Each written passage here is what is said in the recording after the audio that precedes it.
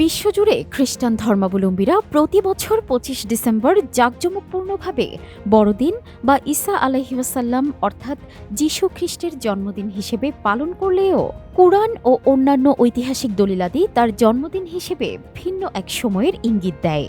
তার জন্ম তারিখ নিয়ে মুসলিম ও অমুসলিম ঐতিহাসিকদের মধ্যে মতভেদ রয়েছে।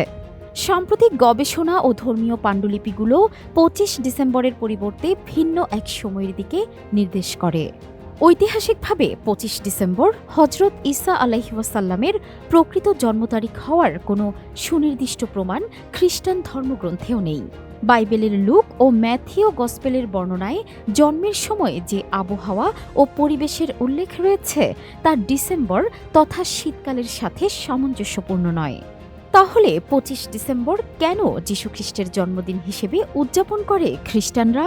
ইতিহাসবিদদের মতে রোমান পৌত্তলিকরা ২৫ ডিসেম্বর সূর্যের উপাসনা বা স্যাটার্নালিয়া উৎসব পালন করত।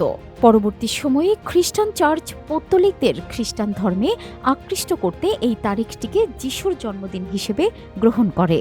প্রাচীন ইস্টার্ন চার্চগুলো বিশেষ করে অর্থোডক্স খ্রিস্টানরা ৬ জানুয়ারি তারিখে এপিফানি বা যিশুর জন্মদিন পালন করত।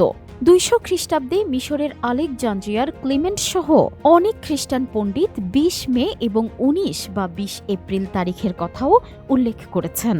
তবে ৬ জানুয়ারির এই তারিখটি প্রাচীন খ্রিস্টান ঐতিহ্যে ২৫ ডিসেম্বরের চেয়ে বেশি গ্রহণযোগ্য ছিল, যা পরবর্তীতে পশ্চিমা চার্চের প্রভাবে ২৫ ডিসেম্বরে পরিবর্তিত হয়।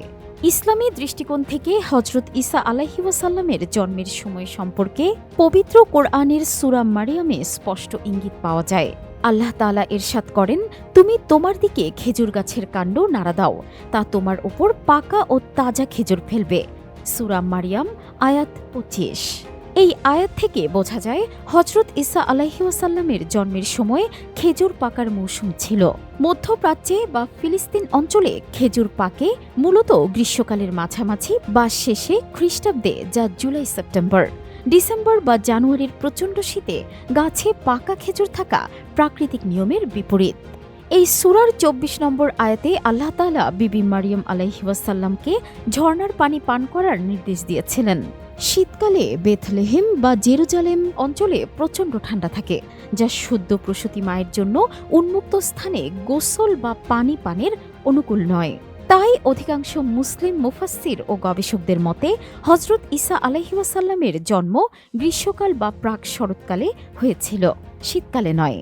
তাই ইসলাম ও খ্রিস্টান উভয় ধর্মের দলিলাদির আলোকে বলা যায় ২৫ ডিসেম্বর জন্মদিন পালনের বিষয়টি সম্পূর্ণভাবে পরবর্তীকালে উদ্ভাবিত একটি প্রথা। হজরত ঈসা আলাইহিওয়াসাল্লাম ইসলামের একজন মহান নবী, তার প্রতি বিশ্বাস স্থাপন ঈমানের অবিচ্ছেদ্য অংশ। তবে তার জন্ম তারিখ নিয়ে ২৫ ডিসেম্বরের যে প্রচলন রয়েছে তা ঐতিহাসিক বা ধর্মীয়ভাবে প্রমাণিত নয়, বরং কোরআনের বর্ণনা অনুযায়ী তা গ্রীষ্ম বা শরতের কোনো এক সময় হতে পারে। মুসলিম হিসেবে আমাদের দায়িত্ব হল কোনো নির্দিষ্ট দিবস উদযাপনের চেয়ে হজরত ঈসা আলাইহিওয়াসাল্লামের প্রকৃত শিক্ষা, আল্লাহর একত্ববাদ, তাওহীদ এবং তার অলৌকিক নবুয়তের প্রতি বিশ্বাস স্থাপন করা।